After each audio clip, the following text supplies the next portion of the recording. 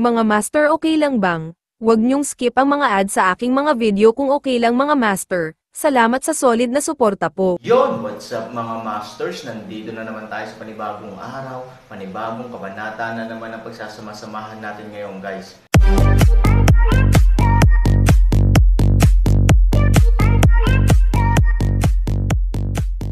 Bali mga masters, kung bago ka pa lang po sa aking YouTube channel, please click the subscribe button, lalong-lalo na po yung notification bell guys, para maging connected pa rin tayo sa isa't isa at maging updated kayo sa mga susunod ko pang video.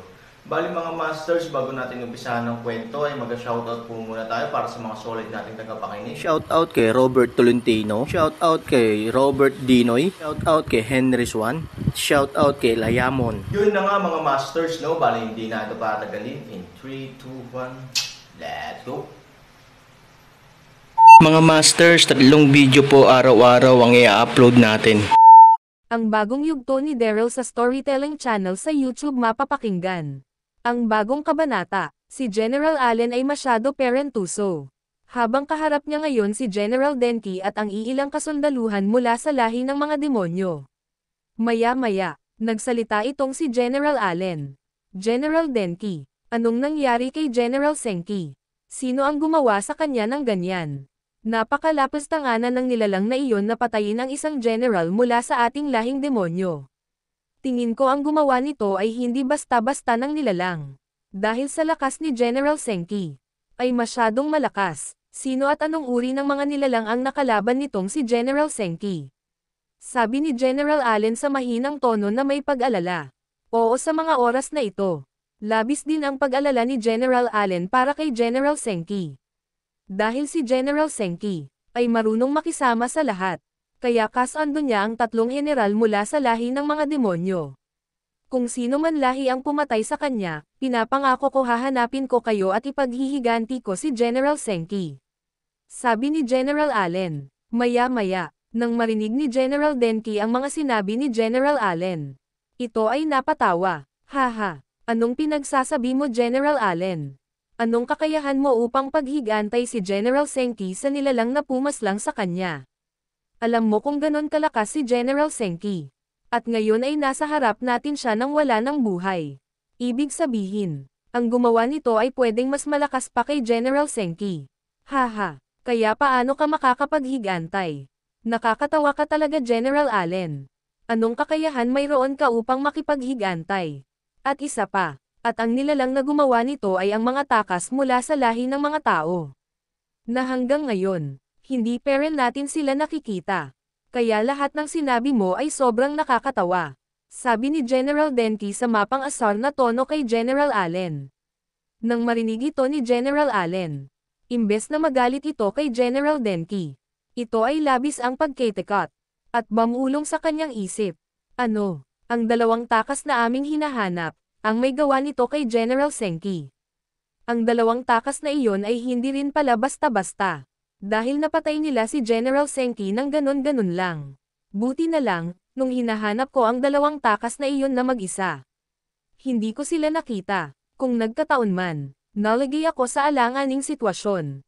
At baka tulad na din ako ni General Senki na isa ng bangkay sa mga oras na ito. Pambihirang tao pala ang 2 na iyon. Dahil ang pumatay ng isang general mula sa lahi ng mga demonyo, lalo na ang tulad ni General Senki na may sobrang lakas na tinataglay na spiritual ay kanilang natalo. Tuldok, kailangan ko pala mag-ingat sa 2 na iyon. Bulong ni General Allen na may pangamba sa kanyang puso. Nang mapansin ni General Denki ang hindi pag-imak ni General Allen ito ay nagsalita ulit, at tumawa. Haha, ngayon natatakot ka na ba sa 2 takas na nagmula sa mundo ng mga tao? Nararamdaman ko ang iyong pangamba sa mga nilalang na iyon. Nakakatawa ka talaga General Allen. Sabi ni General Denki sa mapang asar na tono. Nang marinig ni General Allen ang mapang asar na salita ni General Denki, ito ay nagsalita, bakit ako matatakot sa 2 takas na iyon? Huwag mo ako itulad sa iyo General Denki. Sabi ni General Allen. Maya-maya nagsalita ulit si General Denki at hindi pinansin ang mga sinabi ni General Allen. Tignan mo si General Cassandra ngayon. Labis ang galit nito at ang kanyang tunay na lakas ay kanyang napakita sa atin. At kung naramdaman mo ang lakas mula sa kaharian ng ating lahing demonyo, nakakatiyak ako na naramdaman din ito ng mga iba't ibang nilalang. Lalo na yung 2 takas na iyon na nagmula sa mundo ng mga tao. Siguro takot na ang mga iyon ngayon. Ang anak ng haring demonyo ay kanilang ginalit. Sabi ni General Denki sa mahinang tono. At maya-maya sumigaw si General Denki kay General Allen. At ikaw General Allen, sigaw ni General Denki, bumalik ka na sa kaharian, kung ayaw mo mamatay sa lugar na ito, labis ang galit sa iyo ni General Cassandra dahil sa kapalpakan mo. Huwag ka na muna magpapakita kay General Cassandra sa sitwasyon niya ngayon. Dahil sa mga nagawa mo mga sablay na bagay. Ito ay sobrang inis na inis sa iyo. Kung makita ka man niya ngayon, sigurado katapusan mo na. Sabi ni General Denki kay General Allen sa tono ng mapang-asar. Nang marinig ito ni General Allen, medyo natakot ito, at maya-maya ito ay ngumiti. At ito ay nagsalita. General Denki, huwag mo ako itulad sa iyo.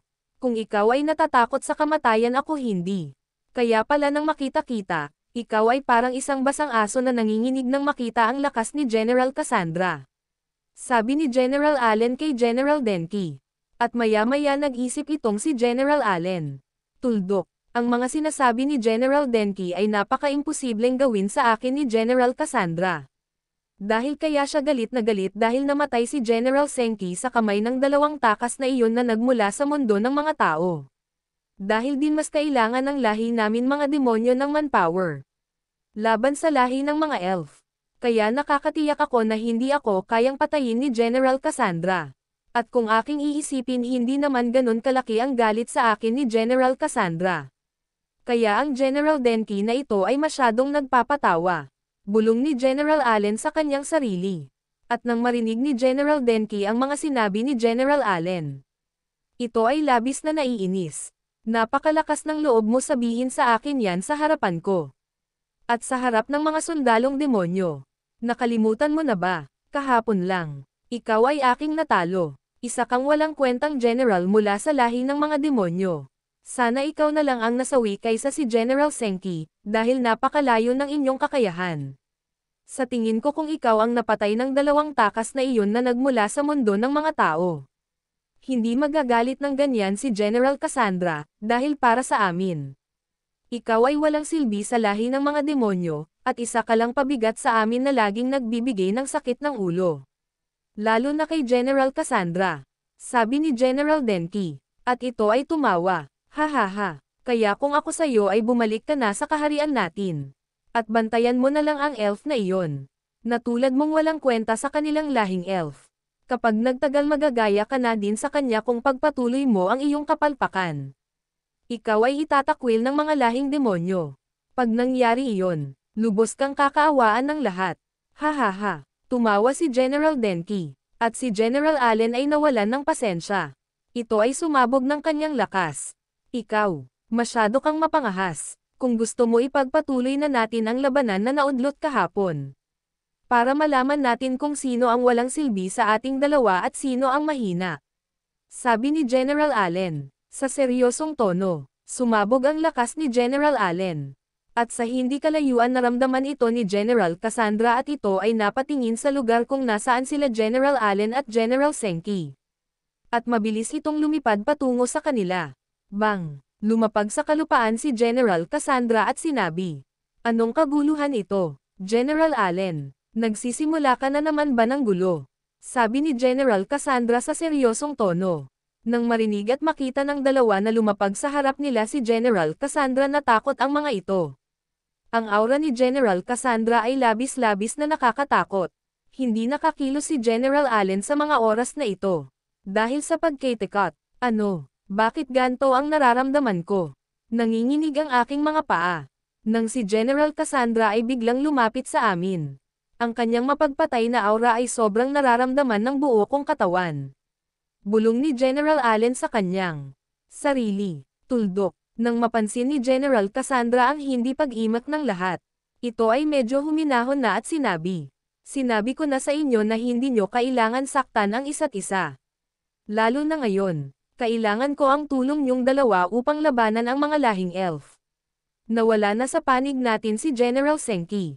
na napakalaki ang maitutulong niya sana sa ating lahing demonyo. Kaya ipagsantabi niyo muna ang inyong hidwaan dalawa. Sabi ni General Cassandra sa seryosong tono.